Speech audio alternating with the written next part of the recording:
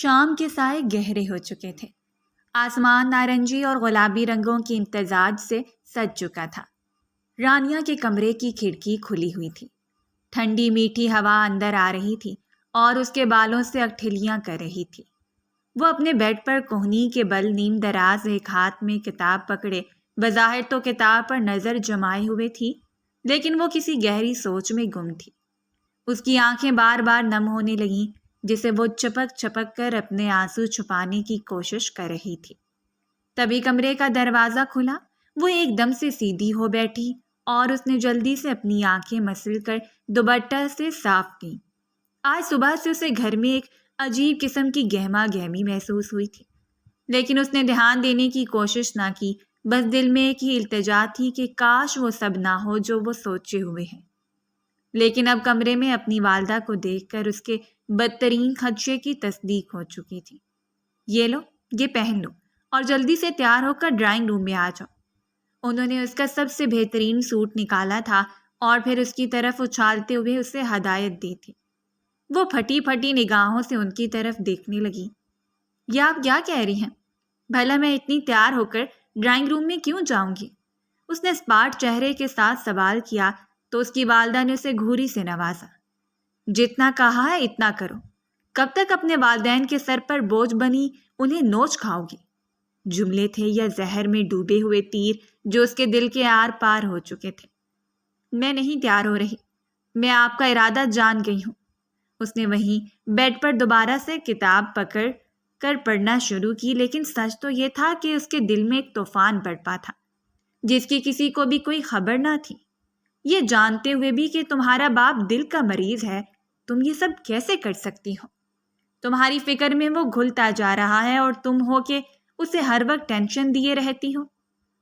خدا کا واسطہ ہے ہماری بات مان لو اور ہماری پریشانی کو کم کر دو۔ اس کی والدہ نے روحانسی آواز میں اپنے دونوں ہاتھ جوڑ کر رانیہ سے کہا تھا۔ ایک لمحے کے لیے اسے لگا کہ جیسے کسی نے اس کا دل مٹھی میں لے کر مسل دیا ہے۔ اماں، آپ یہ کیسے کہہ سکتی ہیں؟ یہ جانتے ہوئے بھی کہ میں شادی نہیں کرنا چاہتی، پھر یہ زبردستی کیوں؟ اس کی آنکھوں میں موٹے موٹے آنسو ابھرے تھے۔ سکینہ بیگم نے گہرا سانس بھرا تھا۔ جس غم کو تم سینے سے لگائے ہوئے ہو، اس غم کی عمر اب کافی لمبی ہو گئی ہے۔ ہر چیز پر مٹی ڈال کر نئے سرے سے اپنی زندگی کی شروعات کرو۔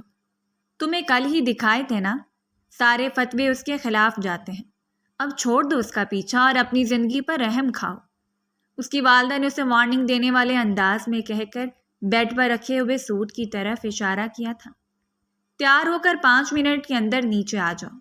مہمان آ چکے ہیں اور خبردار ان کے سامنے کسی قسم کی بدمزگی کرنے کی کوئی ضرورت نہیں ہے۔ اس کی والدہ کی آنکھوں میں عجیب سا غصہ تھا۔ وہ بالکل چپ سی ہو کر رہ گئی۔ کافی دیر تک وہیں ساکت بیٹھے رہنے کے بعد ایک دم سے اس کے جسم میں حرکت ہوئی اور اس نے کانپتے ہوئے ہاتھوں سے سوٹ اٹھا کر واش روم کی طرف قدم بڑھا دیے تھے۔ جب وہ باہر نکلی تو اس کے چہرے پر عجیب سی سوگواریت پھیلی ہوئی تھی۔ رائن، تم کہاں ہو؟ خدا کا واسطہ ہے تم جہاں کہیں بھی ہو آ جاؤ، ورنہ تمہاری رانیہ سسک سسک کر مر جائے گی اور تمہیں خبر تک نہیں ہوگی۔ اس نے آئینے میں دیکھ کر اپنے مرجھائے ہوئے چہرے کے عکس کو دیکھا تھا اور اپنے بال سنوارے تھے۔ اس کی آنکھوں کے نیچے گہرے حلقے ہو چکے تھے جسے اس نے میک اپ کے پیچھے چھپانے کی کوشش کی تھی۔ سچ تو یہ تھا کہ رائن کی جدائی نے اسے اس حال تک پہنچایا تھا، اور جو اسے اس حال تک پہنچانے والا تھا شاید وہ اس کے حال سے بے خبر تھا۔ اس نے دوپٹہ اپنے سر پر جمایا اور چھوٹے چھوٹے قدم اٹھاتی ہوئی ڈرائنگ روم کی طرف بڑھ گئی تھی، جہاں مہمانوں کی باتیں کرنے کی آواز آ رہی تھی۔ فضا میں پکوانوں کی خوشبو پھیلی ہوئی تھی۔ اس نے نگاہیں جھکائیں اور اندر آ کر سلام کیا۔ السلام علیکم، مردانہ آواز نے جواب دیا تھا۔ اس نے اپنی بھاری پلکوں کی جھالر اٹھا کر دیکھا تو سامنے ہمدان موجود تھا۔ ہاں، شاید یہی نام بتایا تھا اس کی والدہ نے۔ وہ نگاہیں جھکائے اپنی والدہ کے برابر میں جا بیٹھے۔ اسے باتیں کرنے کی آواز آ رہی تھی۔ یہ لوگ آپس میں بہت کچھ طے کر رہے تھے۔ تبھی ہمدان کی والدہ اٹھی تھی اور انہوں نے اس کے ماتھے کا بوسہ لیا تھا۔ ہمیں آپ کی بیٹی بہت پسند آئی ہے، یہ رشتہ قبول سمجھیں۔ اس نے ایک جھٹکے سے نگاہیں اٹھا کر ان کی طرف دیکھا۔ اس کا پورا وجود لرز اٹھا تھا، لیکن کسی کو کانوں کان خبر تک نہ ہوئی تھی۔ میں یہ اس نے مدھم سی آواز میں کچھ کہنا چاہا، تبھی اس کے برابر میں بیٹھی اس کی والدہ نے اس کی کلائی پکڑ کر ہاتھ دبایا تھا۔ خبردار، اگر تم نے کچھ بھی کہنے کی کوشش کی تو اپنے والدین کا مرا ہوا منہ دیکھو گی۔ انہوں نے اس کے کان میں سرگوشی کی تو اس کے لب واہی رہ گئے اور سارے الفاظ لبوں پر ہی دم توڑ گئے۔ بہن جی، ہم سے تو صبر نہیں ہوتا کب اپنی بہو کو اپنے گھر لے جائیں۔ آپ سمجھیں کہ 2 ہفتے کے دوران اگر نکاح رکھ لیں اور رخصتی پھر بعد میں طے کر لیں تو کیا خیال ہے آپ کا؟ ہمدان کی والدہ کو نہ جانے کس بات کی جلدی تھی۔ اس نے پلکیں اٹھا کر ہمدان کی طرف دیکھا تھا، وہ اسی کی طرف متوجہ تھا۔ اس کی نظروں کے مفہوم سے وہ گھبرا کر ایک بار پھر سے اپنی پلکیں جھکا گئی تھی۔ میں ابھی آتی ہوں۔ اس سے مزید وہاں بیٹھنا دو بھر ہو رہا تھا، اس لیے اس نے معذرت خواہ لہجہ اپنا کر وہاں سے نکل جانے میں ہی عافیت سمجھی تھی۔ اس کے قدم من بھاری ہو رہے تھے۔ اس نے جیسے ہی باہر قدم رکھا تو اس کے ضبط کا بندھن ٹوٹ گیا تھا۔ ایک ہلکی سی سسکی اس کے منہ سے برآمد ہوئی اور اپنے منہ پر ہاتھ رکھ کر روتے ہوئے وہ دوڑ کر اپنے کمرے میں بند ہو گئی تھی۔ یہ منظر اس کے بھائی شاہزین اور شاہزیب نے مل کر دیکھا تھا، لیکن پھر سر جھٹک کر ڈرائنگ روم میں داخل ہو گئے تھے، جہاں رانیہ کو اس کی موت کا پروانہ سنایا جا چکا تھا۔ رانیہ کہاں ہو تم؟ اس کی بھابھی درشہوار نے اسے آواز لگائی تو وہ خیال سے چونکی۔ جی بھابھی، کوئی کام ہے؟ اس کی آواز میں بے حد سوگواریت تھی۔ نہیں، کام تو کوئی بھی نہیں ہے، بس امی تمہیں نیچے بلا رہی ہیں۔ حال میں بہت سے جوڑے رکھے ہوئے ہیں، اور ہاں، فرنیچر کی ڈیزائن وغیرہ، کمرے کا ڈیکور بھی تمہیں پسند کرنا ہے۔ ہمدان نے ہر چیز تم پر چھوڑی ہوئی ہے کہ جیسی میری ہونے والی بیوی چاہے گی ویسا ہی ہوگا۔ درشہوار نے اس کے کندھے پر ہلکی سی ٹھوکر مار کر آنکھ دبائی تھی، لیکن وہ مسکرا بھی نہ سکی۔ آپ امی سے جا کر کہہ دیں کہ وہ اپنی پسند کا سب کچھ بنوا لیں۔ یہ کہہ کر جیسے اس نے گویا ہاتھ جھاڑے تھے۔ ارے لو، بھلا یہ کیا بات ہوئی؟ جس کی شادی ہو رہی ہے اسی کے مطابق کمرہ بننا چاہیے نا۔ اب امی کی پسند اور تمہاری پسند میں زمین آسمان کا فرق ہوگا۔ منگنی کے 1 ہفتے بعد کی بات تھی جب درشہوار نے اسے یہ کہا تھا، مجھے کوئی دلچسپی نہیں ہے، لیکن درشہوار کی زبردستی کہنے پر اپنا دل مار کر نیچے تو آ گئی تھی۔ پر جب اس کی والدہ نے اسے مختلف ڈیزائن دکھائے، یہاں تک کہ شادی کی شاپنگ کے بارے میں بات کرنے لگی، تو اس نے یہ کہہ کر گویا قصہ ہی ختم کر دیا کہ وہ کوئی دلچسپی نہیں رکھتی ہے۔ ہوش کرو، پاگل مت بنو، بس کچھ دن کا اثر ہے، اس کے پیچھے خوار مت ہو جو تمہیں بیچ راہ میں چھوڑ کر چلا گیا ہے۔ ویسے بھی نکاح کے بول میں اتنی طاقت ہوتی ہے کہ پھر تمہیں ہمدان کے علاوہ کوئی نظر نہیں آئے گا۔ اس کی والدہ نے بظاہر تو یہ بات کہہ دی تھی، لیکن رانیہ نے جتاتی ہوئی نگاہوں سے ان کی طرف دیکھا تھا۔ آپ ٹھیک کہتی ہیں امی، نکاح کے 2 بول میں بہت طاقت ہے، تبھی تو میرا دل کہیں اور لگنے کا نام ہی نہیں لے رہا ہے۔ گیلی آواز میں کہہ کر وہ جیسے ہی کمرے کی طرف جانے لگی تو ایک مانوس سی آواز اس کے کانوں میں گونجی تھی۔ اگر آپ برا نہ مانیں تو میں آپ سے ایک بات کہوں؟ تمام لوگوں نے مڑ کر بیرونی دروازے کی طرف دیکھا تو وہاں ہمدان موجود تھا۔ ارے ہمدان بیٹا، آؤ نا، بیٹھو۔ انہوں نے تمام چیزیں میز پر سے ہٹائی تھیں اور ہمدان کے لیے صوفے پر بیٹھنے کی جگہ بنائی تھی۔ رانیہ، ادھر آؤ، بیٹھو، ہمدان کو کمپنی دو۔ درشہوار، تم چائے پانی کا انتظام کرو، میں یہ سارا سامان رکھ کر آتی ہوں۔ اس کی والدہ نے سامان سمیٹ کر اٹھایا تھا۔ رانیہ کا دل ایک دم زور سے دھڑکا۔ اب کیا اسے یہ ساری رسومات بھی نبھانی پڑیں گی؟ یہ سب کس قدر دردناک اور تکلیف دہ تھا، اسے خوب اندازہ ہو رہا تھا۔ کیسی ہیں آپ؟ ٹھیک ہوں۔ اس نے ہمدان کی طرف ایک بار بھی پلکیں اٹھا کر نہیں دیکھا تھا۔ بہت نروس رہتی ہیں آپ، کیا بات ہے؟ ہمدان نے اس کے چہرے کے تاثرات سے اندازہ لگا لیا تھا۔ ایسی کوئی بات نہیں ہے، اس نے پھر مختصر سا جواب دے کر ادھر ادھر دیکھنا شروع کر دیا۔ اصل میں آپ کو لینے آیا تھا۔ اس نے جھٹ سے ہمدان کی طرف دیکھا۔ کس خوشی میں؟ اس کا لہجہ طنز لیے ہوئے تھا۔ کیا مطلب کس خوشی میں؟ شادی کا جوڑا لینے کے لیے۔ امی نے مجھے کہا ہے کہ رانیہ کو لے کر مارکیٹ کا چکر لگا کر آؤ، جس مال سے اسے پسند آئے وہی جوڑا دلانا۔ رانیہ ایک دم سے کھڑی ہو گئی تھی۔ میں ان تمام فضولیات میں نہیں پڑتی ہوں۔ آپ کو جو ڈریس پسند آئے آپ بھجوا دیجیے گا، میں پہن لوں گی۔ یہ کہہ کر اس نے ہمدان کے تاثرات کی طرف دیکھے بغیر اپنے کمرے کی طرف قدم بڑھا دیے تھے۔ سیڑھیوں سے نیچے اترتی اس کی والدہ نے یہ بات بخوبی سنی تھی اور پھر ہنس کر ماحول کے تناؤ کو کم کرنے کی کوشش کی تھی۔ بیٹا، وہ ایسی ہی ہے، اسے زیادہ اپنی پسند ناپسند پر اتنا یقین نہیں ہے۔ تمہیں جو پسند ہو وہ بری کے سامان میں بھجوا دینا۔ شرما رہی ہے نا، اس لیے بس۔ انہوں نے رانیہ کے انداز کو خوب کور کرنے کی کوشش کی تھی۔ ہمدان چند منٹ ادھر ادھر کی باتیں کرنے کے بعد چلا گیا تھا اور انہوں نے گہری سانس بھر کر رانیہ کے بند کمرے کی طرف دیکھا تھا۔ اگلے ہی پل وہ تیزی سے قدم اٹھاتے ہوئے اس کے دروازے پر جا پہنچی اور زور زور سے دروازہ کھٹکھٹایا۔ تھوڑی دیر بعد دروازہ کھولا تو اس کی آنکھیں روئی روئی متورم سی تھیں۔ کیا طریقہ ہے یہ کسی سے بات کرنے کا، اور کسی بھی وہ جو تمہارا ہونے والا شوہر ہے؟ کچھ اندازہ ہے کہ تم ہمارے دل کو کس قدر چھلنی کر رہی ہو؟ شور کی آواز سن کر شاہزین بھی وہاں پہنچ گیا تھا۔ دورے شہوار چائے لے کر جب تک واپس آئی تب تک ہمدان لوٹ چکا تھا۔ کیا ہوا امی؟ ہمدان واپس لوٹ گیا؟ شاہزین کو کچھ اندازہ ہو گیا۔ تو اور کیا کرے گا، واپس ہی لوٹ جائے گا نا۔ یہ لڑکی ہمارے سر میں خاک دلوائے گی تب ہی بیٹھے گی۔ اسے کسی پر سکون نہیں ہے، وہ لڑکا اس کے پیچھے مرا جا رہا ہے اور یہ ہے کہ اس سے ڈھنگ سے بات تک نہیں کرتی، بس اسی کمزاد کے غم کو دل سے لگائے بیٹھی ہے۔ کم سے کم اس کا احترام ہی کر لے۔ منہ پر جواب دے کر اپنے کمرے میں بند ہو گئی۔ یہ بھی نہ سوچا کہ مہمان آیا ہے، اسے یوں اکیلا چھوڑ کر کمرے میں نہیں بند ہوا جاتا۔ شاہزین نے غصے سے اس کی طرف دیکھا تھا اور اپنے ہونٹ بھینچے تھے۔ کیا چاہتی ہو تم؟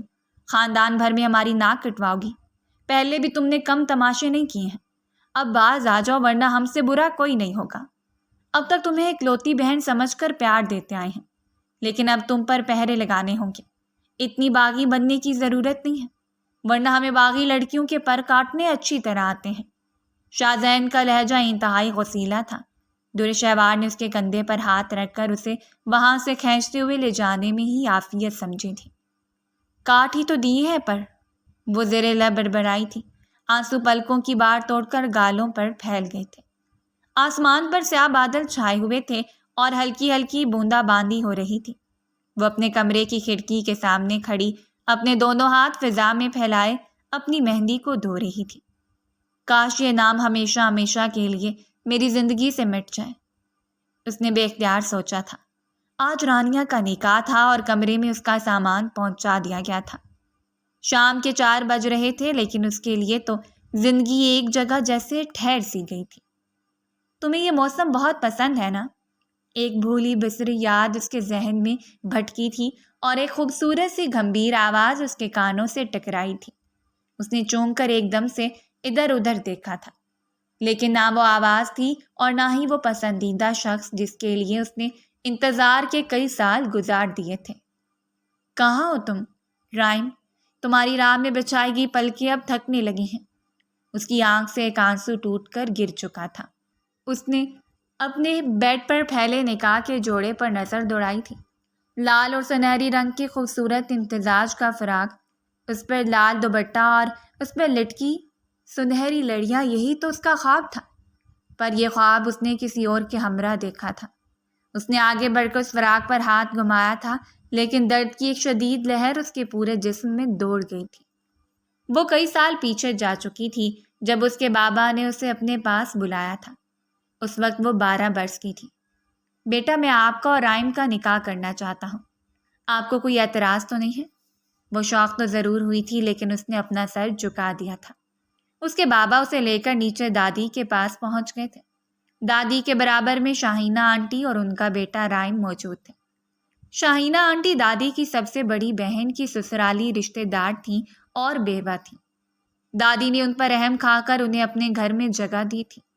ان کا بیٹا رائم بہت سمجھدار اور فرما بردار بیٹا تھا اور دادی کے مشورے سے رائم اور رانیہ کا نکاح ہو رہا تھا۔ کسی کو بھی اس نکاح پر اعتراض نہیں تھا۔ یوں وہ دونوں بچپن میں ہی ایک دوسرے سے نکاح کے بندھن میں بندھ چکے تھے۔ اس بات کو 6 سال کا عرصہ گزرا تھا جب ایک دن اچانک اسے اطلاع ملی تھی کہ رائم گھر چھوڑ کر جا چکا ہے۔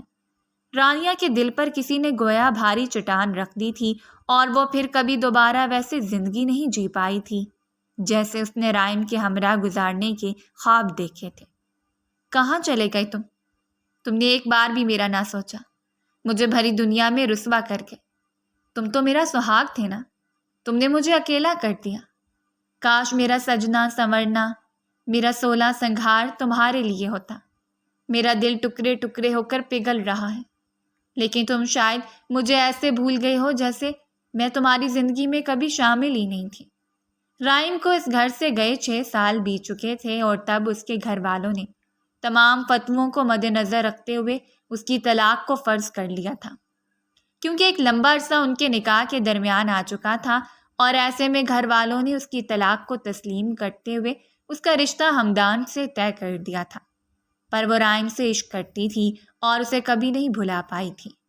وہ وہیں زمین بوس ہو کر گھٹنوں کے بل بیٹھے اپنے بالوں کو مٹھی میں جکڑ کر بری طرح رو پڑی تھی۔ کاش یہ آنسو بھی میرے دل سے تمہاری یاد اسی طرح مٹا دیتے جیسے بارش ہر طرف جل تھل کر کے خوبصورتی پھیلا رہی ہے۔ اس کی آنکھیں دھندلا رہی تھیں۔ کبھی کمرے کے دروازے پر دستک ہوئی تو اس نے دوپٹہ سر پر اوڑھا۔ اس کے والد صاحب اندر داخل ہوئے تھے۔ میں جانتا ہوں کہ یہ فیصلہ تمہارے لیے بہت مشکل ہے۔ انہوں نے اس کے سر پر شفقت سے ہاتھ رکھا، پر مجھے تمہارے لیے یہی فیصلہ بہتر لگا۔ میں جانتا ہوں کہ تم مجھ سے ناراض ہو، لیکن یقین کرو، بس چند گھنٹوں کی بات ہے اور تمہاری زندگی بدل جائے گی۔ تم آہستہ آہستہ ایڈجسٹ کر لو گی اور تب تمہیں اپنے باپ پر فخر محسوس ہوگا۔ رانیہ نے نظر اٹھا کر اپنے والد صاحب کی طرف دیکھا تھا۔ بابا، خدا کا واسطہ ہے، مجھ پر یہ ظلم مت کریں۔ اس نے اپنے دونوں ہاتھ جوڑ دیے تھے۔ اس کے والد صاحب نے اپنا ہاتھ اس کے سر سے ہٹا دیا تھا۔ یہ ظلم نہیں ہے، یہ محبت ہے جو ہمیں تم سے ہے۔ بس تم سمجھو تو صحیح، لیکن شاید تمہاری آنکھوں پر اس کی محبت کی پٹی بندھی ہوئی ہے جو تمہیں کسی کی محبت نظر ہی نہیں آتی۔ آخر میں ان کا لہجہ کافی حد تک بلند ہو گیا تھا۔ تیار ہو جاؤ، نکاح خواہ آ چکے ہیں، مہمان بھی قدم رکھنے والے ہیں، دیر مت کرنا۔ انہوں نے اپنا فیصلہ سنا کر قدم واپسی کے لیے موڑ لیے تھے۔ بابا پلیز، وہ تڑپی تھی، لیکن انہوں نے زوردار آواز میں دروازہ بند کر کے اس کی آواز کا گلا گھونٹ دیا تھا۔ دل پر پتھر رکھ کر اس نے نکاح کا جوڑا زیتن کیا تھا۔ آئینے میں اپنا عکس دیکھا تو سوگواریت نے اس کے چہرے کو ایک الوہی حسن بخشا تھا۔ ہلکے سے میک اپ میں بھی وہ غضب ڈھا رہی تھی۔ آنکھوں میں ٹھہرے ہوئے آنسوؤں نے اس کے حسن کو مزید رونق بخشی تھی۔ بہت پیاری لگ رہی ہو۔ دورے شہوار نے اندر آ کر اس کا دوپٹہ سیٹ کیا تھا۔ باہر تمام لوگ منتظر ہیں، چلو آ جاؤ۔ اس نے اسے کھڑا کیا تو اس کے قدم لڑکھڑائے تھے۔ اس نے قرب سے اپنی آنکھیں میچ لی تھیں اور اپنا رخ آسمان کی طرف کیا تھا۔ اے میرے مالک، میرے دل پر مرہم رکھ دے اور مجھے میرے بچھڑے ہوئے یار سے ملا دے۔ اس نے اپنی بھابھی کا ہاتھ مضبوطی سے تھاما تھا، ورنہ اسے ایسا لگ رہا تھا کہ جیسے ابھی وہ زمین بوس ہو کر گر پڑے گی۔ آہستہ آہستہ قدم اٹھاتے ہوئے وہ باہر کی طرف آئی تھی۔ ایک ایک قدم من بھاری ہو رہا تھا۔ اسے ہمدان کے برابر میں لا کر بٹھا دیا گیا تھا۔ ماشاء اللہ، بہت خوبصورت لگ رہی ہیں آپ، ہمدان نے رانیہ کے کان میں سرگوشی کی تھی۔ پورے گھر کو خوبصورتی سے سجایا ہوا تھا۔ پھولوں کی خوشبو ہر طرف پھیلی ہوئی تھی۔ موتیا، گلاب اور گیندے کی خوبصورتی نے ہر چیز کو جاذب نظر بنا دیا تھا، لیکن اسے ہر چیز سیاہ نظر آ رہی تھی۔ زندگی میں کبھی تمہارا ساتھ نہیں چھوڑوں گا، ہر پل تمہارا ساتھ نبھاؤں گا، چاہے کچھ بھی ہو جائے۔ یاد کے دریچے پر ایک جملے نے دستک دی تھی جس نے اس کے پورے وجود کو اپنی گرفت میں لے کر درد کی انتہا تک پہنچا دیا تھا۔ نکاح شروع کریں؟ یہ الفاظ تھے یا تیزاب؟ اس کا پورا وجود جھلسنے لگا۔ اس نے نفی میں سر ہلایا، لیکن کسی نے اس کی طرف توجہ نہ دی۔ ہمدان کا چہرہ دمک رہا تھا۔ رانیہ کو پانے کا احساس اسے کسی اور ہی دنیا کا باسی بنائے ہوئے تھا۔ ہمدان احمد ولد محمد احمد، کیا آپ کو رانیہ کریم ولد کریم خان اپنے نکاح میں قبول ہیں؟ ہمدان نے سر ہلا کر 3 بار قبول ہے کہہ کر رانیہ کو اپنی زندگی کا ساتھی بنا لیا تھا۔ اب نکاح خواہ کا رخ رانیہ کی طرف تھا۔ رانیہ کریم ولد کریم خان، کیا آپ کو ہمدان احمد ولد محمد احمد سے یہ نکاح قبول ہے؟ اسے اپنی روح سے سانسوں کا رشتہ ٹوٹتا ہوا محسوس ہوا تھا۔ دھڑکن اس حد تک بڑھ گئی تھی کہ ایسا لگ رہا تھا جیسے پسلی توڑ کر دل باہر آ جائے گا۔ جواب دو، چپ کیوں ہو؟ اس کی والدہ نے آگے بڑھ کر اس کے کندھے پر دباؤ ڈالا تو اس نے نم آنکھوں سے اپنی والدہ کی طرف دیکھ کر آنکھوں ہی آنکھوں میں التجا کی تھی۔ اب کچھ نہیں ہو سکتا، ہماری بے عزتی مت کرواؤ، تمام لوگ تمہیں ہی دیکھ رہے ہیں، خدا کا واسطہ رانیہ کچھ تو شرم کر لو۔ اس کی والدہ نے اس کے کان میں سرگوشی نما انداز میں کہا تو وہ رو پڑی تھی۔ میں جانتا ہوں یہ مشکل وقت ہے، لیکن آپ کو ہمت کرنی پڑے گی۔ ہمدان نے اس کے ہاتھ پر اپنا ہاتھ رکھا تو اس نے فوراً سے اپنا ہاتھ کھینچ لیا تھا۔ بیٹا جواب دو۔ نکاح خواہ نے بھی اس کی خاموشی کا طویل ہوتا دورانیہ سن کر اس پر زور دیا۔ یہ جواب نہیں دے گی کیونکہ یہ پہلے سے شادی شدہ ہے۔ تبھی بیرونی دروازے سے کسی کی بلند آواز سنائی دی تھی۔ تمام لوگوں کی توجہ رانیہ سے ہٹ کر دروازے میں کھڑے شخص پر گئی تھی۔ مولوی صاحب، کیا آپ کو معلوم نہیں ہے کہ نکاح پر نکاح نہیں کیا جاتا؟ کیا آپ لڑکی کو گنہگار بنا رہے ہیں؟ کیا آپ کو یہ نہیں بتایا گیا کہ وہ پہلے سے شادی شدہ ہے؟ رانیہ نے یہ آواز اپنے کانوں سے سنی تھی اور پلکیں اٹھا کر جب سامنے کی طرف دیکھا تو ایک دم سے ساکت سی ہوئی۔ اس کا رائم، اس کا اپنا رائم اس کے سامنے موجود تھا اور سینے پر بازو لپیٹ کر کڑی نظروں سے کسی کی طرف دیکھے بغیر صرف مولوی صاحب سے مخاطب تھا۔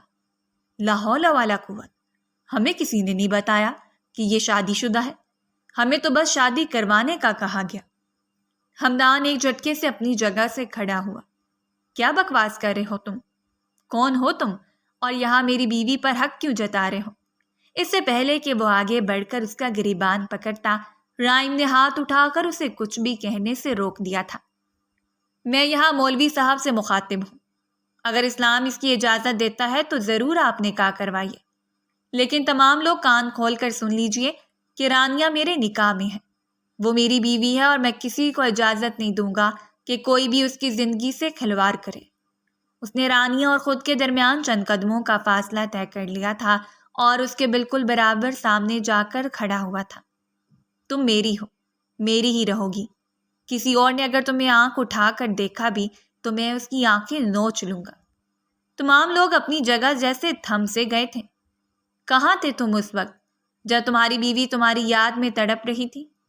شاہ زین نے اپنے غصے پر قابو پاتے ہوئے کہا تو وہ ہنس پڑا۔ یعنی آپ مانتے ہیں کہ رانیہ میری بیوی ہے؟ بس مجھے یہی گواہی چاہیے تھی، مجھے اب کسی اور گواہی کی ضرورت نہیں ہے۔ مولوی صاحب نے اسی وقت نکاح نامہ پھاڑ دیا تھا۔ میں ایسا نکاح کروا کر گنہگار نہیں ہونا چاہتا۔ کم سے کم آپ کو مجھے بتانا چاہیے تھا کہ اس کا شوہر زندہ سلامت موجود ہے۔ تمام لوگوں کے منہ کھلے کے کھلے رہ گئے تھے۔ چھوڑو اسے۔ ہمدان نے آگے بڑھ کر غصے سے رائم کا ہاتھ جھٹکنا چاہا تو رائم نے اپنے دوسرے ہاتھ سے اس کا گلا دبا لیا تھا۔ وہ بری طرح کھانسنے لگا۔ چھوڑ دو میرے بیٹے کو، مر جائے گا وہ۔ چلو یہاں سے۔ کیوں اس لڑکی کے پیچھے مرے جا رہے ہو؟ اتنے بڑے غدار لوگ نکلیں گے، اتنا بڑا سچ چھپائیں گے، ہمیں نہیں علم تھا۔ ہمدان کی ماں نے پریشان ہو کر رائم اور ہمدان کے درمیان بیچ بچاؤ کروایا۔ ہمدان ایک طرف ہو کر بری طرح کھانس رہا تھا۔ رانیہ کی آنکھوں میں بے یقینی ہی بے یقینی تھی۔ بھرے مجمع میں اس نے اسے گھسیٹ کر گھر سے باہر کی طرف قدم بڑھائے تھے۔ کسی کی ہمت نہیں ہوئی تھی کہ وہ ایک شوہر سے اس کی بیوی کو جدا کرے۔ رانیہ تو ابھی تک یقینی اور بے یقینی کے درمیان ڈول رہی تھی۔ ہوش اس وقت آیا جب رائم نے گاڑی کا دروازہ کھول کر اسے اندر بٹھایا تھا اور خود ڈرائیونگ سیٹ سنبھال لی تھی۔ کس حق سے آپ مجھے وہاں سے لے آئے ہیں؟ رانیہ نے روتے ہوئے رائم کی طرف دیکھ کر سوال کیا تھا۔ کیا تمہیں معلوم نہیں ہے یا پھر میں تمہیں سب سمجھاؤں؟ اس کی طرف خونخوار نگاہوں سے دیکھتے ہوئے رائم نے غصے سے کہا تھا۔ اس کا بس نہیں چل رہا تھا کہ وہ پوری دنیا کو برباد کر دے۔ میری بیوی ہوتے ہوئے تم کسی اور سے نکاح کیسے کر سکتی ہو؟ اگلا سوال رائم کی طرف سے آیا تھا۔ بیوی؟ وہ طنزیہ ہنس پڑی۔ آپ مجھے بیوی سمجھتے ہیں؟ آپ تو مجھے بیچ راہ میں چھوڑ کر چلے گئے تھے۔ یہ تک نہ سوچا کہ میں تڑپ تڑپ کر مر رہی ہوں، میرا کوئی سہارا نہیں، اور اب حق جتانے آ گئے ہیں۔ وہ شدت سے رو رہی تھی، پوری گاڑی اس کی ہچکیوں سے گونج رہی تھی۔ او کم آن پلیز، اس وقت میرا سر شدید درد کر رہا ہے، مزید رو کر اس میں درد مت کرو۔ رائم نے ایک دم غصے سے کہا، لیکن اس کی آنکھوں کی طرف جب نظر اٹھائی تو پلٹنا بھول گیا تھا۔ روتے ہوئے اس کے حسن میں مزید اضافہ ہوا اور وہ پرستان کی پری کی طرح پیاری لگ رہی تھی۔ ایک جھٹکے سے اس نے گاڑی سائڈ کی طرف روکی اور ہاتھ آگے بڑھا کر اس کے چہرے پر سے آنسو صاف کرنے چاہے، لیکن اگلے ہی لمحے رانیہ نے اس کے ہاتھ جھٹک دیے تھے۔ یہ سارے حق آپ کھو چکے ہیں۔ اس نے گاڑی کی دوسری طرف رخ پھیر کر باہر دیکھنا شروع کر دیا تھا، لیکن سچ تو یہ تھا کہ رائم کے آنے پر اس کا دل ہر لمحہ شکر گزاری میں ڈوبا ہوا تھا۔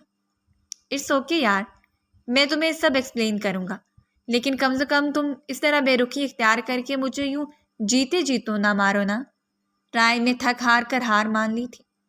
میں نے کچھ بھی نہیں کیا، مجھے گھر واپس بھیج دیجیے۔ رانیہ کی بات سن کر اس نے اپنے ہونٹ بھینچے تھے۔ یہ نہیں ہو سکتا، یہ ہرگز نہیں ہو سکتا، آئی سمجھ تمہیں؟ اس نے اسٹیئرنگ وہیل پر ایک دم زور سے ہاتھ مارا اور گاڑی کی سپیڈ مزید تیز کر دی تھی۔ آہستہ چلائیں، خدا کے لیے آہستہ چلائیں۔ لیکن وہ غصے میں سن ہی نہیں رہا تھا، یہاں تک کہ گاڑی ایک شاندار بنگلے کے سامنے ایک جھٹکے سے رکی تھی۔ رائم نے فوراً سے گاڑی سے اتر کر اس کی طرف کا دروازہ کھولا اور اس کا ہاتھ تھاما تھا۔ مجھے نہیں آنا، میں نے کہا نا، مجھے نہیں آنا آپ کے ساتھ۔ اس کا ہاتھ جھٹک کر اس نے جیسے ہی پیچھے کی طرف کرنا چاہا تو رائم نے سینے پر بازو لپیٹ کر ایک گہری سانس بھری تھی۔ تو تم ایسے نہیں مانو گی؟ رانیہ نے رخ پھیر لیا تھا۔ نکلو باہر۔ اگلے ہی پل اس کا جاندار لہجہ سن کر رانیہ کا دل لرزا تھا۔ میں نے کہا نکلو باہر۔ اس کی آواز میں اتنی گھن گرج تھی کہ وہ ایک دم سے ڈر کر باہر نکل آئی تھی۔ اس نے اس کی کلائی تھامی تھی اور اسے گھسیٹتے ہوئے کمرے کی طرف لے آیا تھا۔ بیڈ پر بٹھا کر اس نے پانی کا گلاس بھرا تھا اور اسے تھمایا تھا، لیکن اگلے ہی لمحے رانیہ نے وہ گلاس زمین پر پھینک دیا تھا۔ کانچ کے ٹکڑے پھیل گئے تھے اور پانی اپنی قسمت پر رو رہا تھا۔ میں جانتا ہوں کہ تم مجھ سے خفا ہو، وہ گھٹنوں کے بل بیٹھ کر اس کے گھٹنوں پر ہاتھ رکھ کر نرم سے لہجے میں کہنے لگا۔ دور ہو جاؤ مجھ سے، مجھے تمہاری کوئی بات نہیں سننی۔ اس نے اس کا ہاتھ ہٹا دیا تھا۔ رانیہ پلیز میری بات تو سنو یار۔ رانیہ کے آنسوؤں نے اسے خاموش ہونے پر مجبور کر دیا تھا۔ اسی رانیہ کو تم نے اکیلا چھوڑا، بغیر بتائے پورے 6 سال مجھ سے الگ رہے، اور اب تم چاہتے ہو کہ صرف 6 سیکنڈ میں اپنا غصہ بھول جاؤں؟ تو یاد رکھو، یہ تمہاری بھول ہے، مجھے تمہارے ساتھ رہنا ہی نہیں ہے یار۔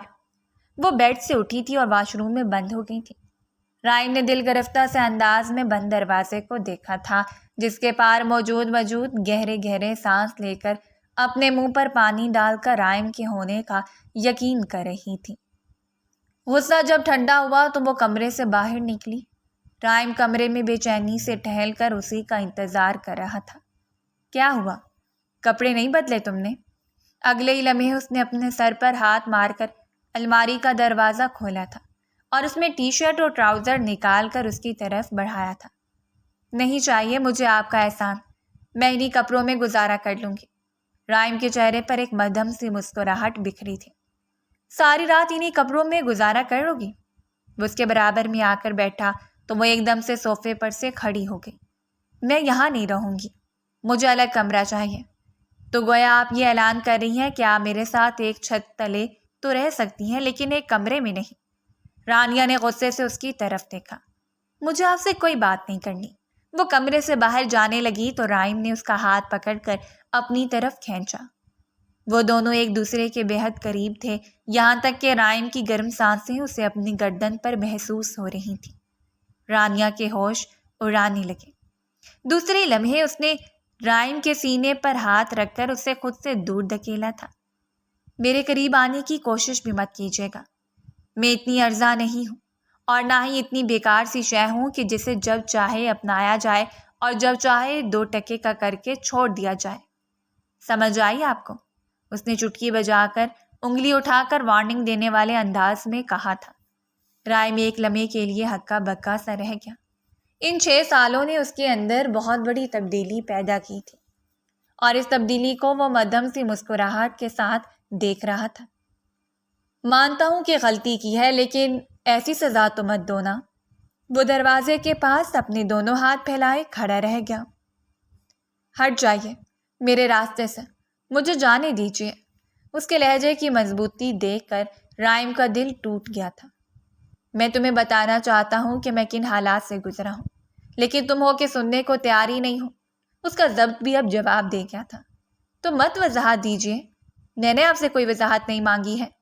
رائم سلطان، اس نے غصیلی نگاہوں سے اسے دیکھا اور اس کا ہاتھ نیچے کر کے دروازہ کھول کر باہر نکل چکی تھی۔ راشدہ، راشدہ، اس نے زور سے اپنی ملازمہ کو پکارا۔ ڈرائیور کے ساتھ جاؤ اور ابھی جو بی بی صاحبہ کمرے سے نکلی ہے نا، ان کے ناپ کے کپڑے لے کر آؤ، جلدی، فوراً۔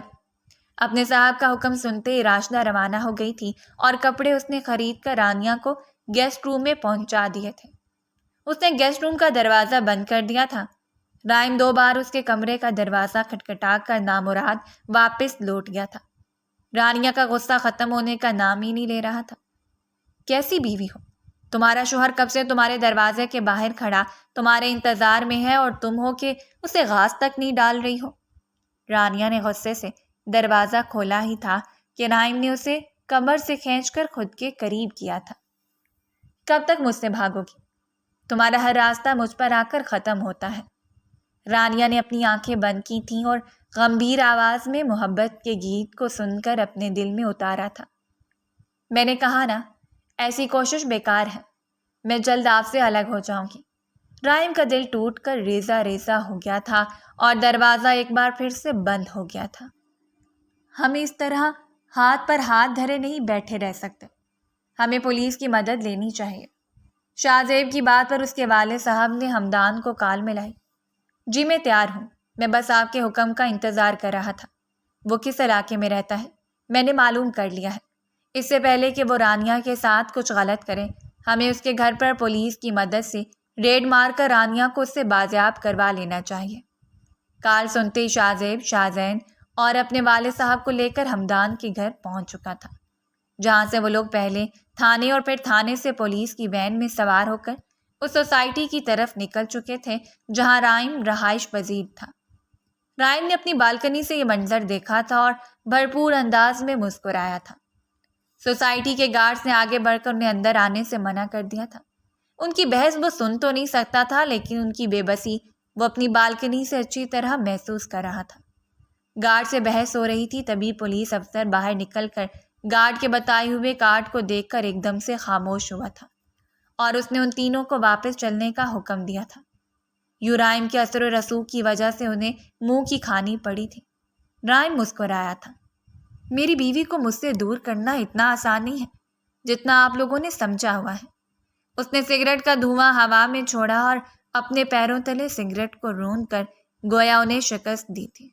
یہ وہی لوگ تھے جنہوں نے 6 سال پہلے رانیہ کو اس سے دور کیا تھا اور آج پورے 6 سال بعد وہ خود کو رانیہ کے قابل کر کے رانیہ کو ان کے چنگل سے آزاد کروا چکا تھا۔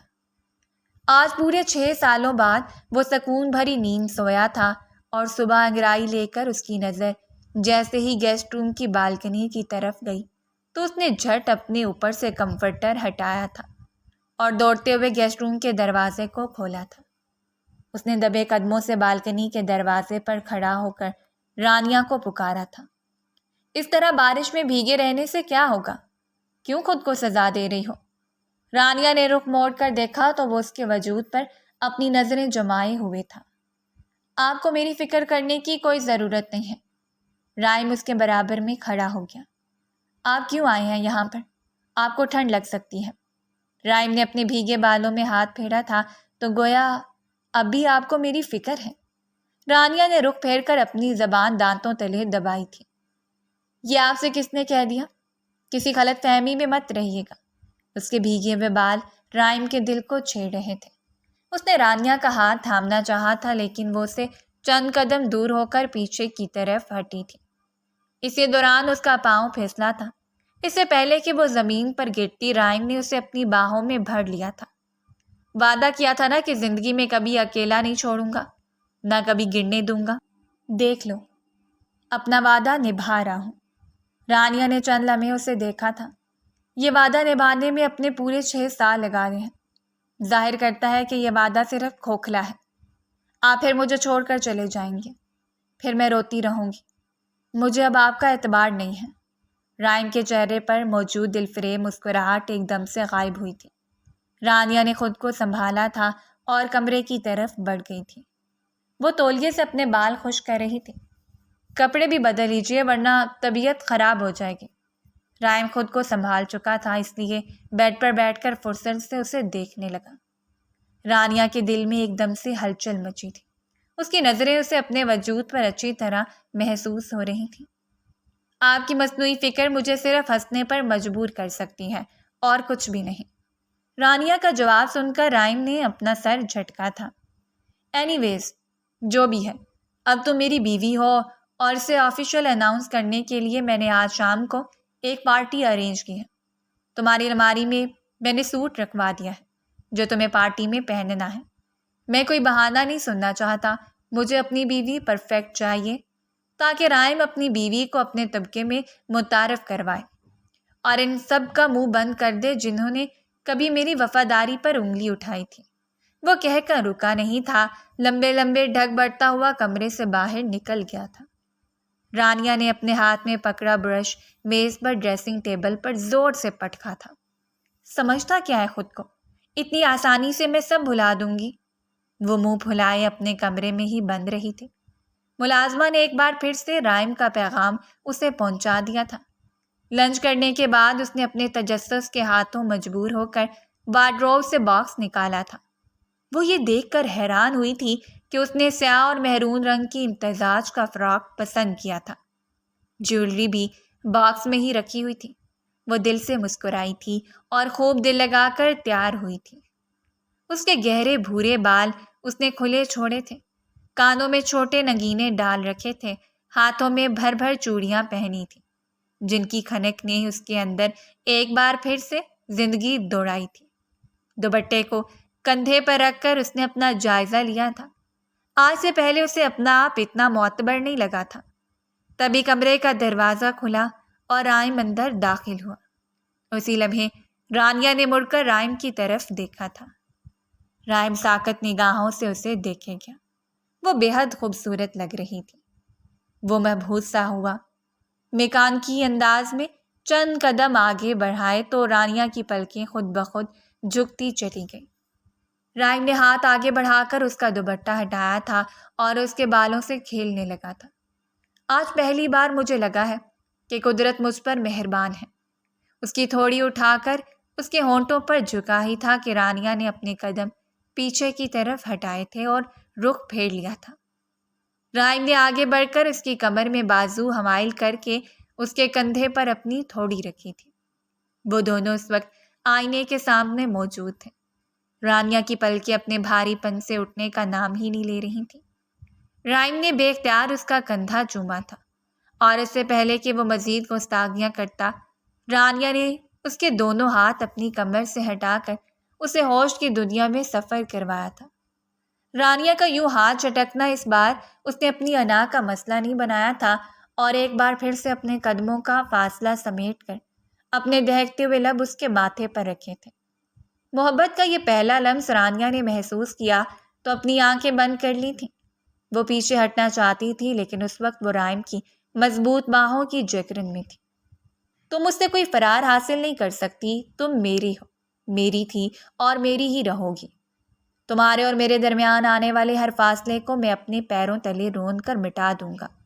اس نے اس کی دونوں آنکھیں چومی تھیں اور اس سے پہلے کہ وہ ایک بار پھر سے اس کے ہونٹوں کا بوسہ لیتا، کمرے کے دروازے پر دستک ہوئی۔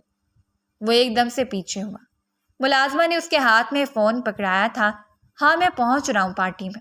اس نے رانیا کا ہاتھ مضبوطی سے بھی تھامے ہوا تھا۔ رانیا کے گال حیا کے مارے سرخ ہو رہے تھے۔ وہ اس کا ہاتھ تھامے پارٹی میں داخل ہوا تھا تو تمام لوگوں کی نظریں اس خوبصورت سے کپل کی طرف اٹھی تھیں۔ چھوڑے مجھے، یہ سب کر کے کیا ثابت کرنا چاہتے ہیں کہ میں آپ کی محبت میں پگھل گئی ہوں؟ آپ نے ابھی تک مجھے 6 سالوں کا حساب نہیں دیا۔ رائم نے مسکرا کر وہاں موجود لوگوں کے سامنے سر ہلایا تھا اور پھر اس کی طرف بھرپور نگاہوں سے دیکھ کر اس کے کان میں سرگوشی کی تھی۔ آپ موقع تو دینا مجھے، مسز، آپ موقع ہی تو نہیں دیتی کہ میں آپ کا ہاتھ تھاموں، آپ کو اپنے نزدیک لاؤں اور پھر آپ کو وہ ساری کہانی سناؤں جو آپ نے سنی ہی نہیں۔ رانیہ نے طنز سے مسکرا کر اس کا ہاتھ چھوڑا تھا اور آگے بڑھ گئی تھی۔ وہ چند قدم ہی آگے آئی تھی کہ فضا میں فائر کی آواز آئی تھی۔ اس نے مڑ کر دیکھا تو رائم نے اپنے کندھے پر ہاتھ رکھا تھا۔ وہ پھترائی ہوئی نگاہوں سے رانیہ کو دیکھ رہا تھا۔ تمام لوگ اس کی طرف دوڑے تھے۔ رانیہ کے ہاتھ سے پرس چھوٹ کر گر گیا تھا۔ اس کا دوپٹہ ہوا میں لہرا کر اڑا تھا۔ وہ کسی بات کی پرواہ کیے بغیر ارد گرد دیکھتے ہوئے رائم کی طرف دوڑی تھی۔ بلاخر اسے ہمدان دوڑتا ہوا نظر آ گیا تھا۔ اس نے رائم پر گولی چلائی تھی۔ رائم سر کو گولی لگی ہے، بہت خون بہہ رہا ہے۔ رائم نے درد کی شدت سے اپنی آنکھیں بند کر لی تھی۔ رانیہ مجھے معاف کر دینا۔ وہ کپکپاتے ہوئے ہونٹوں سے اپنی بات مکمل بھی نہ کر پایا تھا کہ اس نے رانیہ کی گود میں اپنا سر ڈھلکایا تھا۔ رائم اٹھو، خدا کا واسطہ ہے، ہیلپ کرو، ہاسپٹل لے جاؤ، کچھ تو کرو۔ وہ پاگلوں کی طرح چلا رہی تھی، اسے کچھ ہوش نہیں تھا۔ اس کے پیروں سے چپل بھی غائب ہو چکی تھی۔ وہ ایمبولینس میں اس کا ہاتھ تھامے اس کے ہاتھوں کو مسل کے بس ایک ہی دعا کر رہی تھی کہ یا اللہ میرے رائم کو بچا لے۔ میں اس کی ہر بات سنوں گی، غصہ نہیں کروں گی، اس سے اس طرح برے رویے سے پیش نہیں آؤں گی۔ رائم کو ہسپتال پہنچا دیا گیا تھا۔ خون زیادہ بہہ گیا تھا، گولی دل کے قدرے اوپری حصے کی طرف لگی تھی۔ دل کو نقصان تو نہیں ہوا تھا لیکن خون بہنے کی وجہ سے زندگی خطرے میں تھی۔ ہسپتال کی سرد راہداری میں بکھرے بالوں کے ساتھ وہ ایک ہی التجا کر رہی تھی کہ میرا رائم بچ جائے۔ وہ ایک ہی جگہ پر ایک ہی پوزیشن میں بیٹھے بیٹھے صدمے سے چور متورم آنکھوں سے اپنے رب سے مناجات میں مصروف تھی۔ تبھی آپریشن تھیٹر کا دروازہ کھلا تھا۔ اٹھ کر فوراً سے ڈاکٹر کی طرف آئی۔ رائم کیسے ہیں؟ رائم سلطان ٹھیک ہے نا؟ ڈاکٹر نے مسکراتے ہوئے اسے خوشخبری سنائی تھی، ان کا آپریشن کامیاب ہو گیا ہے، انہیں کچھ دیر میں ہوش آ جائے گا، پھر آپ ان سے مل سکتی ہیں۔ وہ بے اختیار سجدے میں گر گئی تھی۔ کمرے میں داخل ہوتے ہی رائم نے اسے دیکھ کر اپنی آنکھوں پر بازو رکھ لیا تھا۔ نرس، ان سے کہیے کہ یہ باہر چلی جائیں، مجھے کسی سے نہیں ملنا۔ وہ وہیں کھڑی رہ گئی۔ نرس کے کہنے پر اسے باہر آنا پڑا۔ 2 دن کے اندر وہ گھر شفٹ ہو چکا تھا۔ اس دوران اس نے رانیہ سے ملنے کے لیے صاف انکار کر دیا تھا اور رانیہ انگاروں پر لوٹ رہی تھی۔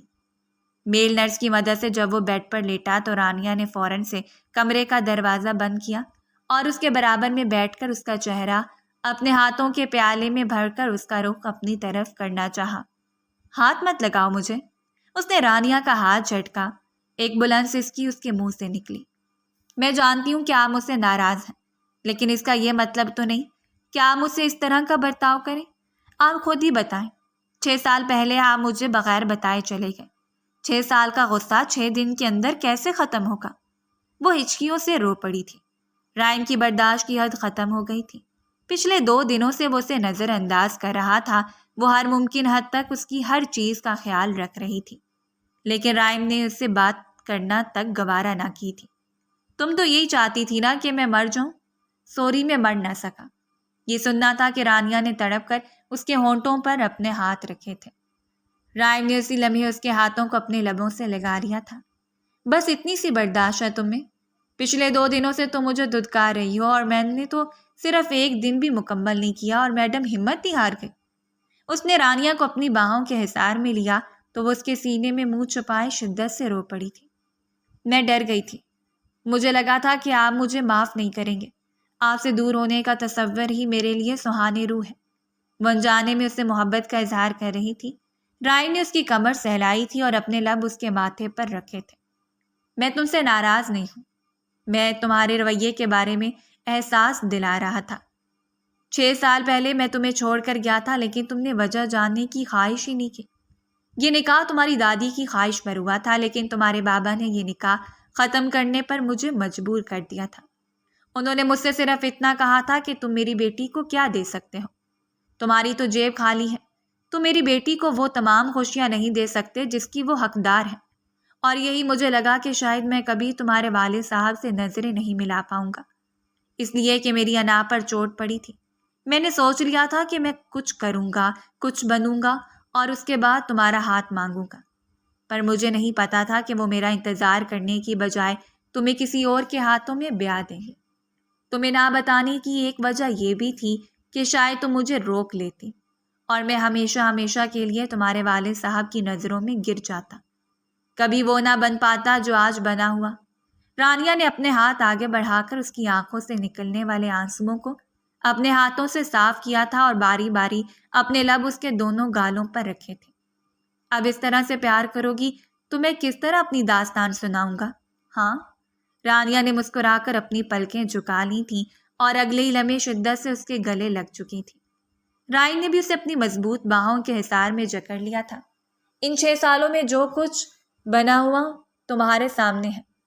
آج میں اس قابل ہوں کہ تمہیں ہر وہ چیز دے سکتا ہوں جو تمہارے والد صاحب نے تمہیں بچپن سے ہی فراہم کی ہے. اب رائن سر اٹھا کر کہہ سکتا ہے کہ وہ رانیہ کو ایک بہترین زندگی فراہم کر سکتا ہے. اس کا شوہر ہے اور اسے کبھی الگ نہیں ہو سکتا. اگر یہی سب کچھ 6 سال پہلے کر لیتا تو شاید میری عزت تمہارے گھر والوں کی نظر میں 2 کوڑی کی ہی رہتی. پر آج میں ببانگ دل کہتا ہوں کہ رائن نے سب کچھ اپنے بلبوتے پر حاصل کیا ہے.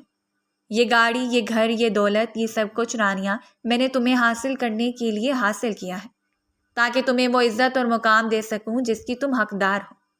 رانیہ نے اس کی داستان سنی تھی جو دکھوں سے بھرپور تھی. کس طرح وہ والدہ کے انتقال کے بعد ملک چھوڑ کر باہر کے دھکے کھاتا رہا تھا. بیرون ملک میں اس کی زندگی کسی عذاب سے کم نہ تھی، لیکن اس نے صرف اور صرف رانیہ کے لیے ہمت نہیں ہاری تھی. اور آج وہ جس مقام پر تھا وہ سب اس کی محنت کی بدولت تھا جو اس نے صرف اور صرف رانیہ کی خوشیوں کے لیے حاصل کیا تھا. رانیہ نے اس کے ماتھے پر اپنے لب رکھے تھے اور اس کے ہاتھوں کو اپنے لبوں سے چوم کر اپنی آنکھوں سے لگائے تھے. یہ وہ ہاتھ ہیں جنہیں میں جتنی بار چوموں کم ہے. یہ وہ ہاتھ ہیں جس نے مجھے عزت دی. یہی وہ ہاتھ ہیں جس نے زمانے کا ہر سرد و غم سہا تاکہ مجھے آرام پہنچا سکے. رانیہ کو رائن پر فخر ہے اور اب رانیہ کو رائن سے دنیا کی کوئی طاقت جدا نہیں کر سکتی. رانیہ کو رائن سے عشق ہے جو مرتے دم تک قائم رہے گا. رانیہ کی آواز بھیگی ہوئی تھی. رائن مسکرا رہا تھا. اس نے رانیہ کو خود میں شدت سے بھینچ لیا تھا. یہی وہ الفاظ تھے جسے حاصل کرنے کے لیے اس نے 6 سال تک تگ و دو کی تھی اور آج کامیاب ہو گیا تھا. محبت جیت گئی تھی، نفرت ہار گئی تھی اور وہ دونوں ایک دوسرے میں مگن اپنی زندگی کی تکمیل کر رہے تھے.